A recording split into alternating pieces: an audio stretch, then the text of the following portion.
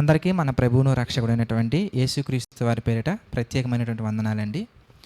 ప్రియమైనటువంటి దేవుని వారలారా, దేవుని కొరకు యథార్థంగా బ్రతికే ప్రతి ఒక్కరిలో కూడా వచ్చే ఒక సహజమైన క్వశ్చన్ ఏంటంటే, నేను యథార్థంగానే ఉన్నాను కదా, నేను నమ్మకంగానే ఉన్నాను కదా, మరి నా జీవితంలో ఈ నింద ఎందుకు వచ్చింది, నా జీవితంలో ఈ సమస్య ఎందుకు వచ్చింది, నా జీవితంలో కొంతమంది దుష్టులు వారికి ఇష్టం వచ్చినట్టుగా ఎందుకు మాట్లాడుతున్నారు, ప్రభువా నువ్వు ఉంటే ఎందుకు అనే ప్రశ్నలు అనేవి సహజంగా వస్తూ ఉంటాయి.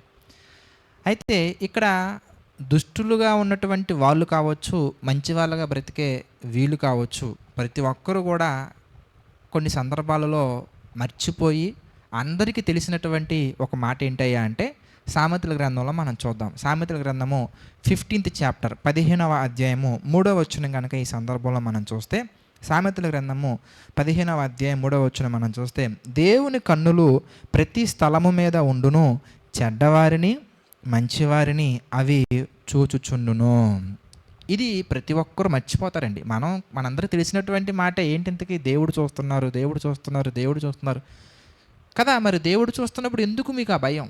దేవుడు చూస్తున్నప్పుడు మీకు ఎందుకు ఆ టెన్షన్? దేవుడు చూస్తున్నప్పుడు ఎందుకు అంత కలవరపడుతున్నాం? దేవుడు చూస్తున్నారని మనకు అర్థమవుతున్నప్పుడు మనం ఎందుకు అంత యాంగ్జైటీ ఫీల్ అవుతున్నాం? మనం ఎందుకు అంత ఇబ్బంది పడిపోతున్నాం? మనం ఎందుకు అంత డిస్టర్బ్ అవుతున్నాం, డిప్రెషన్లోకి వెళ్తున్నాం? దేవుడు చూస్తున్నారు కదా. కాబట్టి మనం సమస్తాన్ని ఆయన చేతులకు అప్పగించుకొని మనము దుష్టత్వంలోకి వెళ్ళకుండా, మనం ఆ దుష్టుల వల్లే మనం ప్రవర్తించకుండా యథార్థంగా వెళ్ళాలనే ఆ మార్గాన్ని మనం మర్చిపోకూడదు. కొన్ని సందర్భాలలో ఒక లిమిట్ ఉంటుంది, ప్రతి ఒక్క దానికి ఒక సస్టైన్ పాయింట్ ఉంటుంది, ప్రతి ఒక్కరికి ఒక చివరి పాయింట్ ఉంటుంది అని చెప్పి ఆ లిమిట్ దాటిపోయింది కాబట్టి నన్ను ఇంకెవరు ఆపలేరు, నేను ఇంకెలాగా ఉంటానని చెప్పేసి మనం రాంగ్ ట్రాక్లోకి వెళ్ళిపోతూ ఉంటాం. సాతాను మనల్ని ఆ రాంగ్ ట్రాక్లోకి తీసుకువెళ్ళడానికే ఎన్ని రకాలుగా మన మీద ప్రెజర్స్ అప్లై చేస్తాడో. మనకి యోబు గారి జీవితం మనకి ఎగ్జాంపుల్గా కనబడుతూ ఉంటుంది, యోసేపు గారి జీవితం మనకి ఎగ్జాంపుల్గా కనబడుతుంటుంది, దావీదు గారి జీవితం మనకి ఎగ్జాంపుల్గా కనబడుతుంటుంది. వీళ్ళందరి జీవితాలలో వీళ్ళు ఎక్కడా కూడా నా లిమిట్ దాటిపోయిందని చెప్పేసి దేవుని చిత్తానికి వ్యతిరేకంగా వెళ్ళినట్టు కనిపించదు. యోబు గారి జీవితం మనం చూస్తే పిల్లలు కూడా చనిపోతారండి, ఫ్రెండ్స్ కూడా అవమానకరంగా మాట్లాడతారండి, భార్య కూడా వచ్చి మరి నువ్వు ఇంకా యథార్థతను వదలవా, నువ్వు చావు అని మాట్లాడుతున్నట్టుగా మనం చూస్తాం. కానీ ఆ పరిస్థితుల్లో కూడా యోబు గారు ఎలా నిలబడ్డారంటే, నేను దుష్టత్వంలోకి వెళ్ళకూడదు, రాంగ్ ట్రాక్లోకి వెళ్ళకూడదు, దేవుడు చూస్తున్నారు అని ఆ పాయింట్ కరెక్ట్గా మైండ్లో ఫిక్స్ చేసుకున్నారండి.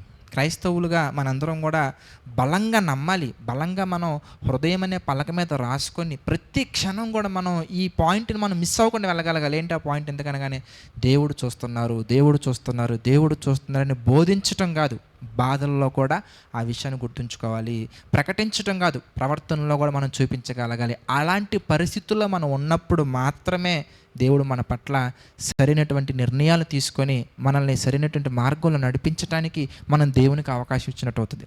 అలా కాకపోతే మనం కూడా దుష్టుల లెక్కలోకి వెళ్ళిపోతాము. కనుక మరి ఇది చెప్పినటువంటి దేవుడే అనేక సందర్భాల్లో చెప్పినటువంటి మాట, ప్రతి వానికి కూడా వాని క్రియల చొప్పున జీతం ఇస్తా అన్నారు. కాబట్టి వాడి జీతం వాడు పుచ్చుకుంటాడు, మన జీతం మనం పుచ్చుకోవాలి. మనం పుచ్చుకునే జీతం అనేది ఇదిగో మన జీవితంలో చేసినట్టు క్రియల మీద డిపెండ్ అయి ఉంటుంది.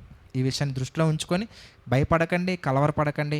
మరొక సందర్భంలో యేసుప్రభువు చెప్పినటువంటి మాట, నా నిమిత్తము జనులు మిమ్మల్ని నిందించి హింసించి సరిపోదన్నట్టుగా అబద్ధముగా చెడ్డ మాటలు పలుకుతారు.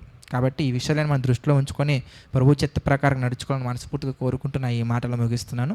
ప్రార్థన చేసుకుందని ప్రతి ఒక్కరూ ప్రార్థనలు ఏకీభవించండి. ప్రార్థన. దయగల తండ్రి, ప్రేమగల దేవ, మహోన్నతుడ, మహాగణుడ తండ్రి, ఎన్నో లోతైన విషయాలు మాకు తెలియజేస్తూ మీ చిత్త ప్రకారం నడిపించినందుకు కృతజ్ఞతలు తండ్రి. మీ చిత్తానికి వ్యతిరేకంగా వెళ్ళకుండా నడుచుకోవాలి, మీరు మమ్మల్ని ఎప్పుడు కూడా పరీక్షిస్తుంటారనే విషయం తండ్రి మాకు తెలియజేసినందుకు కృతజ్ఞతాస్తుతులు చెల్లించుకున్నాం తండ్రి. మీ నామ మహిమార్థం బలపరచండి, కృప చూపించండి తండ్రి. ప్రతి విషయంలోనూ మా తండ్రి మీ కొరకు బ్రతకాలని మాకు అనేక విధాలుగా మాకు తెలియజేసినటువంటి మీ ప్రేమను బట్టి కృతజ్ఞతాస్తుతులు చెల్లించుకుంటున్నామయ్యా తండ్రి. డివోషన్స్ని చూసి అనేక మందికి షేర్ చేస్తున్న ప్రతి కుమారుని ప్రతి కుమార్తెను తండ్రి దీవించండి, మీ కృపలో మా తండ్రి బలపరచండి తండ్రి. ప్రతిదీ కూడా మీ చిత్త ప్రకారంగా జరిగించండి దేవా. ఈ పరిచర్యలో పాలిభాగస్తులు అవుతున్నటువంటి ప్రతి ఒక్కరిని బట్టి ప్రత్యేకమైనటువంటి కృతజ్ఞతాస్తుతులు చెల్లించుకుంటున్నాము తండ్రి. తండ్రి ప్రతి ఒక్కరిని మీరు దీవించండి, అలాంటి మనసు వారు కలుగజేసినందుకు కృతజ్ఞతలు తండ్రి. దీనిని నా ద్వారా ఇంత గొప్ప కార్యాలు జరిగిస్తున్నందుకు తండ్రి, ఏమి చేసినా కూడా తక్కువే తండ్రి. తండ్రి సమస్త మహిమ ఘనత ప్రభావాలు మీకే చెల్లించుకుంటూ ప్రతిదీ మీ చిత్త ప్రకారంగా జరిగించమని నడిపించమని వేడుకుంటూ మా ప్రభువును రక్షకుడైనటువంటి యేసుక్రీస్తు వారి పేరిటి ప్రార్థన అడిగి వేడుకొనుచున్నాము తండ్రి. ఆమెన్. అందరికీ మన ప్రభువును రక్షకుడైనటువంటి యేసుక్రీస్తు వారి పేరిట ప్రత్యేకమైన వందనాలు. God bless you all.